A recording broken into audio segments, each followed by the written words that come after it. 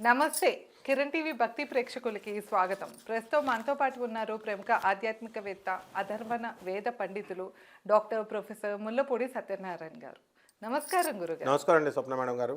గురుగారు, ఈ కాలంలో కూడా దెయ్యాల బాధ కానీ, దెయ్యాలు, చేతబళ్ళు, ఇలా దుష్టశక్తుల గురించి వింటూనే ఉంటాము. ఇట్లాంటివి మనని ఆవహించినప్పుడు ఆ మనిషి సడన్గా మారిపోవటము, వింత వింతగా ప్రవర్తించటం, ఇట్లాంటివి చెప్తూ ఉంటారు. నిజంగానే ఈ కాలంలో కూడా అలాంటి దుష్టశక్తులు అనేవి ఆవహిస్తాయా గురుగారు? ఆవహిస్తే కనుక ఏంటంటే మాకున్న ప్రతి సమస్యకి కూడా తాళపత్ర గ్రంథాల్లోని వేద మంత్రాలతో పరిష్కారం చెప్తూ వస్తున్నారు. సో అందుకని ఇప్పుడు ఈ సమస్యకి మీ దగ్గర పరిష్కారం ఉందా గురుగారు? తప్పకుండా అమ్మ.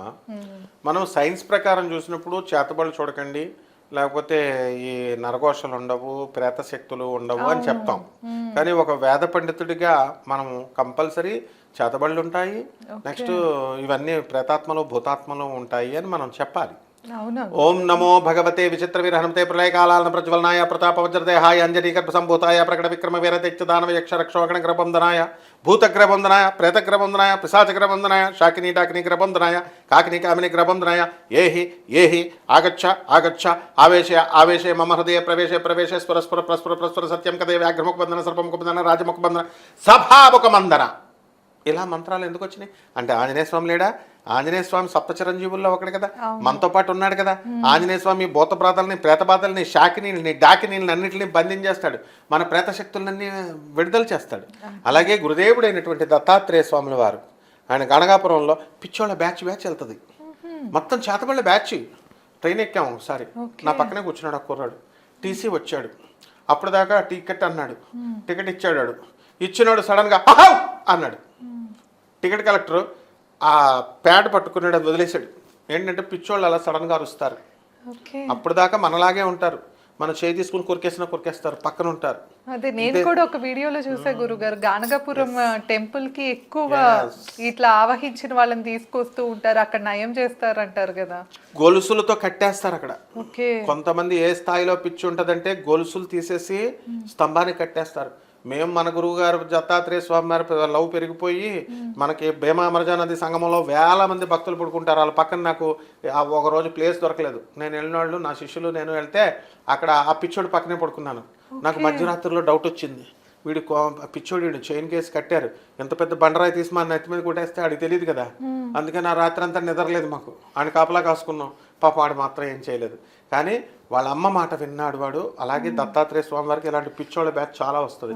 వాళ్ళందరి యొక్క పిచ్చి నేను ఎన్నో సంవత్సరాలుగా వెళ్తున్నాను, మా అందరి పిచ్చి తగ్గిపోయింది. నాకు ఆ పిచ్చోళ్ళ బ్యాచ్ లాస్ట్ ఇయర్ వచ్చిన పిచ్చోడు. అది పిచ్చ గురుగారు లేకపోతే నిజంగానే ప్రేతం వాళ్ళలో ఆత్మ? ప్రేతాత్మ. రమ అని ఒక అమ్మాయి ఉంది. ఆ అమ్మాయి పాపం దత్తాత్రేయ స్వామి గుడిలో అడుక్కుంటా ఉంటుంది, అన్నదానం చేస్తాను. ఇక్కడ దిల్సుకున్నారు లక్ష్మీదేవి గుడి దగ్గర, ప్రత్యంగిరా గుడి దగ్గర అందరికీ తెలుసు. ఆ పిల్ల మొత్తం ప్రపంచం అందరికీ తెలుసు. అలాగే గణగాపురం వెళ్తుంది, డబ్బులు ఏం వేస్ట్ చేసుకోదు, వెళ్తుంది ఆటోలో తిరుగుతుంది. అక్కడికి వెళ్ళి గణగాపురం వెళ్ళి ఆ గుళ్ళల్లో రూములు తీసుకుంటుంది, ఆశ్రమాల్లో పడుకుంటుంది. దానికి దత్తాత్రేయుడు అంటే పిచ్చి పాపం. అయితే పిచ్చిది. ఆ అమ్మాయి ఏమనేది, గురుగారు ఒక రాఘవేంద్ర జ్యోతిషాలైన ఒకటి దగ్గరికి వెళ్ళి 30,000 దొబ్బేశాడు వాడు. వాడు ఏం చెప్పాడంట, నీ లోపల ఒక మగదయ్యం ఉంది, ఒక ఆడదయ్యం ఉంది, 2 దెయ్యాలు ఉన్నాయంటే నా దగ్గరికి వచ్చి, ఏమ్మా అసలు దత్తాత్రేయ దగ్గరికి రోజు వెళ్తున్నావు కదా స్వామి దగ్గరికి, నీకు ఎందుకుంటే వాళ్ళందరికీ డబ్బులు ఎందుకు ఇస్తావు, ఇక్కడ పాపం పేదవాళ్ళ దగ్గర కలెక్ట్ చేసి వాళ్ళకి ఇస్తున్నావు అంటే వినేది కాదు. అప్పుడు మగదయ్యం ఆడదయ్యం కాపురం చేస్తే ఒక పిల్ల దయ్యం పుట్టింది అని కూడా వేరేవాడు చెప్పాడు. ఆ పిల్ల అలాంటి పిచ్చి పిల్ల తగ్గిపోయింది ఇప్పుడు. నా కళ్ళతో నేను చూశాను. ఇక్కడ 5 years 4 years బ్యాక్ వెళ్ళిన వాళ్ళు అంతా కూడా దత్తాత్రేయ స్వామి గుడికి వస్తారు, తగ్గిపోతాయి. కాబట్టి ఉన్నాయి, చేతబడి లేవని కాదు. అంత చేసే మనగాళ్ళు లేరు ఇప్పుడు. వాళ్ళు లక్షల రూపాయలు. మయనార్ ఒక ఊరు ఉంటుంది, అది అస్సాంకి గౌహతికి దగ్గరలో 80 కిలోమీటర్ల దూరంలో. ఆ ఊరు చేతబడి బ్యాచ్ మొత్తం కుటీర పరిశ్రమ లాగా, యూట్యూబ్ ఛానల్స్ లాగా. ఫాదర్ చెప్పులు కుట్టేవాళ్ళు వాళ్ళ పిల్లలకి ఎలా నేర్పిస్తారో అలా తాత తండ్రి కొడుక్కి చేతబడి చేయడం, విడుదల చేయడం, ఇవి నేర్పిస్తారు. ఆ ఊరు వెళ్ళాలంటేనే భయం. అలాంటి ఊరిలో మనకి ఈ చేతబడులు చేసే దమ్మున్న మనగాళ్ళు ఇప్పుడు ఈ కాలంలో బయట లేరు. అది చేతపడైతే ఓకే, బయట చేయలేరు అని చెప్తున్నారు. మరి ఈ ఆత్మలు మనలో ఎంటర్ అవ్వకుండా ఎట్లా చేసుకోవచ్చు? అది మన మంత్రం, దత్తాత్రేయ స్వామి వారి మంత్రం, ఆంజనేయ స్వామి వారి మంత్రం ఎలాగో అలాగే ప్రతి అమ్మవారి మంత్రం ఎలాగైతే ఉంటుందో ఈ మంత్రము నా మీద కూడా దెయ్యం అనేది తెలుసా. నేను రోహిణి నక్షత్రం ఎట్లా తెలుస్తుంది? తెలుస్తుంది, నేను చెప్తాను. రోహిణి నక్షత్రంలో పుట్టాను నేను కృష్ణాష్టమి రోజున. రామన్ అకాడమీ అని విజయవాడలో మా సార్ వాళ్ళు పెట్టారు ఇన్స్టిట్యూట్.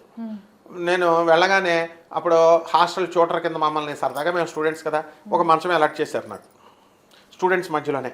వెళ్ళి పడుకున్నాను. అందరూ నా వైపు ఇలా ఎంతగా చూస్తున్నారు. అందరూ ఏంటి ఎలా చూస్తున్నారు నాకు డౌట్ వచ్చింది రాత్రి. అయితే రాత్రి పడుకున్నాను కదా, ఎవరు ఏం చెప్పలేదు నాకు. మెస్ భోజనం చేసాము, పడుకున్నాం. మంచం ఇలా కదులుతున్నట్టు అనిపిస్తుంది నాకు. ఏంటి కళలో అనిపిస్తుందా నిజంగా అనిపిస్తుందా అని చూస్తున్నాను. వస్తుంది అలా.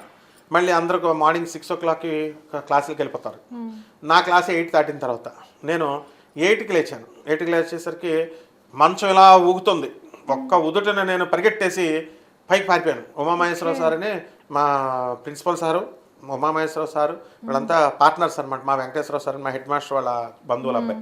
వీళ్ళంతా అప్పుడు ప్రిన్సిపల్ ఏమన్నాడు తెలుసు, అద్భుతమైన మాట. ఉమామహేశ్వరరావు గారు ఇప్పటికీ నాకు గుర్తొస్తారు. సైన్స్ స్టూడెంట్ అయ్యండి నువ్వు మాకు ధైర్యం చెప్పాల్సింది పోయి నువ్వేంటి బాబు మేము కామర్స్ చదువుకొని మమ్మల్ని భయపెడుతున్నాం అని నవ్వారు. అంటే అక్కడ దెయ్యాలు క్లియర్గా ఉన్నాయి, ఆత్మలు ఉంటాయి. ఫోటో నేను టెస్టింగ్లు కూడా చేశాను. ఆ రూమ్లో ఒకడు క్రిస్టఫర్ అని ఒక స్టూడెంట్ ఉండేవాడు. నేను కాళికాదేవి దుర్గాదేవి ఫోటోలు పెట్టుకుని అక్కడ పడుకునేవాడిని తల అక్కడ పెట్టి. అయినా సరే రాత్రి ఏదో దెయ్యం మనందరికీ వస్తుంది అనుభవం. పేక పిసికేస్తున్నట్టు, మనం గట్టిగా మాట్లాడుతున్న మాట గట్టిగా రానట్టు అలా వస్తుంది. గాణగాపురంలో ఏంటి తెలుసా విచిత్రం, ఆ స్తంభాలు ఎక్కేస్తారు. ఎక్కేసి దత్తాత్రేయ స్వామి పల్లకి హారతి జరుగుతుంటే ఏ దత్తాత్రేయ రైట్ రైట్ నేను చంపేస్తా రైట్ అట్లాగా ఈ ఆత్మలన్నీ అంటాయి. అంటే యాక్సిడెంట్లో చచ్చిపోయిన వాళ్ళు మోక్షం ఇవ్వట్లేదు, స్వామి శిక్షిస్తున్నాడు. ఆ పీరియడ్ కర్మ ఎంత ఉందో అంతకాలం జన్మ ఇవ్వడు. అందుకని ఆత్మలు తిడతాయి అన్నమాట. ఇది నమ్మే వాళ్ళు నమ్ముతారు, నమ్మని వాళ్ళు నమ్మరు. కానీ ఇది వాస్తవం. మేమంతా స్వామివారి దగ్గరికి దత్తాత్రేయ స్వామివారి శిష్యులం మేము. స్వామివారి కమండలం కూడా వాళ్ళ వంశీకుల కమండలం నా దగ్గర ఉంది. ఆత్మలు ఇక్కడ తిరుగుతూనే ఉంటాయా గురుగారు? ఎందుకు తిరగమమ్మా? గురుచరిత్ర పారాయణలో బ్రహ్మరాక్షసుడిని ఆ గుళ్ళోనే మనం ఇప్పుడున్న నిర్గుణ మఠంలోనే చెట్టు ఉంటుంది. ఆ చెట్టులో నుంచి ఆ బ్రహ్మరాక్షసుడికి మోక్షాన్ని ఇచ్చాడు దత్తాత్రేయుడు. గురుచరిత్ర ప్రతి అక్షరం దత్తాత్రేయుడు రాసింది అబద్ధం వల్ల ఉండవు. మనం మర్రి చెట్లు చింత చెట్లు, నేను చింత చెట్టు దగ్గర కూడా కొరువిదయ్యాన్ని చూశాను. ఇక్కడే అక్కడ పర్వతనగర్ దగ్గర. నేను వస్తుంటే రాత్రి 1 గంటకి తెల్లగా ఉంది. నేను ఇలా వస్తున్నాను, దగ్గరికి వెళ్తుంటే రాత్రి 1 గంటన్నారు. అదే ఫస్ట్ టైం అప్పుడు కాశీ యాత్రకు తీసుకెళ్ళడానికి డిస్కషన్స్ చేస్తున్నాం కైతలాపూర్ దగ్గర. అలా ఉంది. నేను దాని దగ్గరికి వెళ్దాం అనుకున్నాను. అదే నాకు తర్వాత డౌట్ వచ్చింది, ఒకవేళ మీద వచ్చేసి పేక పిసికేస్తే ఏం చేస్తుంది అని. స్పిరిట్స్ ఉన్నాయి అండ్ క్రిస్టియానిటీ ఆల్సో బిలీవ్స్. అందుకని బాధలు అన్నీ పోవడానికి ఒకే ఒక మంత్రం అమ్మ. ఆ మంత్రాన్నే చాలా మంది పిచ్చోళ్ళంతా కూడా ఇది వేదహితంగా ఈ మంత్రాన్ని జపించి అందరూ కూడా పునీతులయ్యారు. ఆ మంత్రం ఏంటంటే య ఆత్మదా బలదా యస్య విశ్వ ఉపాసతే ప్రసిషం యస్య దేవాః యోస్యేషో ద్విపదో యశ్చతుష్పదః కస్మై దేవాయ హవిషా విధేమ. ఇది మంత్రమమ్మ. దీన్ని రోజుకి 108 సార్లు చదవాలి. 41 రోజుల పాటు చదవాలి.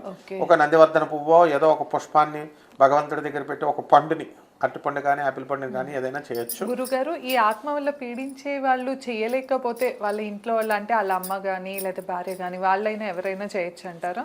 ఎవరైనా చేయొచ్చు. నిరంతర వేదఘోష జరగాలి ప్రతి ఇల్లు. నిరంతర దైవనామ సంకీర్తనతో ఇల్లు ప్రతి ఇల్లు పునీతం అవుతుంది.